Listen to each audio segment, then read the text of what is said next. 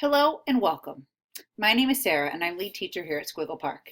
And today I'm going to be sharing with you making the most out of DonorsChoose. One of the biggest struggles teachers have is obtaining enough resources. DonorsChoose can help make this a little bit easier. What is DonorsChoose? DonorsChoose is a website where teachers can put projects up if they need resources for their classroom or they want professional development. Donors from around the country can then choose to donate to you. If you want to learn more about DonorsChoose, you can play their short video here. Here is how it works. You put your project up. A donor finds your project. Eventually, when you have enough donations, your project gets funded. And then they fulfill your order. And then you're required to write thank you notes and send thank you pictures. Why teachers like DonorsChoose? It allows them to get products they wouldn't be able to afford otherwise. The process is easy. It's fun getting the students involved in the progress. Students appreciate what they receive more. Here are the headphones my students received from a DonorsChoose project. This is one of the pictures that I included in the thank you pictures. You're required to write a thank you note and often attach 5 pictures. Tips to make your experience most successful. Start out small. If you want devices, start by asking for just one. Personalize your write-up. Share it on social media. Follow up immediately on thank you notes as donations come in. And check out the hashtag DonorsChoose for more tips. Here are some examples. This is one I did for requesting one iPad. The heading was iPads for Blended Learning. My students need an iPad to enhance their learning in my classroom. They also need headphones and an iPad case. This first section should just be exactly what you need. Here's another example. Help my special needs students get their bounce out. My students need yoga balls to sit on while they are working in the classroom. If you want a full example, you can click on this link and see one of my full examples. You could even cut and paste it if it applied to the same project you were doing. Tips to make the process go smoothly. Keep students updated on the progress. I would often actually post it for them so that they could see how much money we still had to go. Stay up to date on thank yous as donations come in. Collect pictures of students using the items. Save thank you write-ups from past projects so that you can use them again. And set realistic deadlines to get thank yous out. Get them done as soon as possible. Your picture should be one that can be used for all requested donations.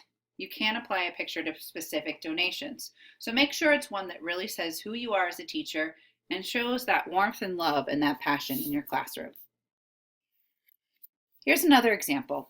As people donate, they will write a note to you. You want to make sure that you write back in a timely manner. You want to share the donation project with students. So as mentioned, here's an example of Mrs. Beach's request for donations, and she has 2 donors so far, and her goal is $506. She still needs $431. I would often share this with students so they can be a part of the journey. Now to talk about where your donation goes. When you search for a product on DonorsChoose, it tends to be a bit more expensive, and this is why. You have the regular product, but then down below there's a suggested donation to help donors choose. So that's why it might seem more expensive. DonorsChoose also has a blog. Be sure to check out the DonorsChoose blog for more helpful tips.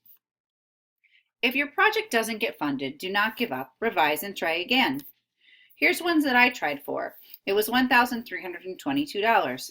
That was a lot of money, and so it did not get funded. But I revised and tried again for something simpler. Use DonorsChoose to help fund Squiggle Park for your classroom. So we've provided everything you'll need to apply. You just click on this document, and then you can cut and paste the reasons why Squiggle Park would work for your classroom, and hopefully you'll get funded. What now? You're going to create your own project. First, if you do not have an account, you need to create one. After you do that, you can create a project. You can see here that I have 11 points. That's because I've had lots of projects, and for every project that gets fulfilled, you get a certain number of points. And when you follow through with your thank you notes in a timely manner, you also get points. So keep all that in mind. And then you click over here to create your project.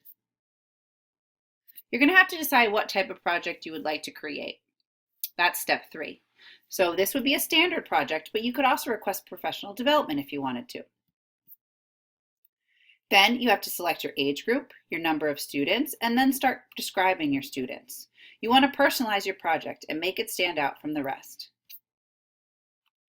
Don't forget, we've provided Squiggle Park descriptions for you here in case you want to get that project funded.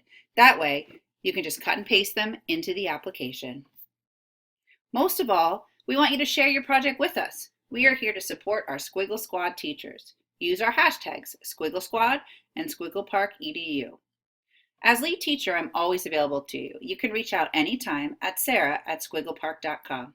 And please don't forget to follow us on Twitter at SquiggleParkEDU, as well as my personal Twitter handle at EdTechSay.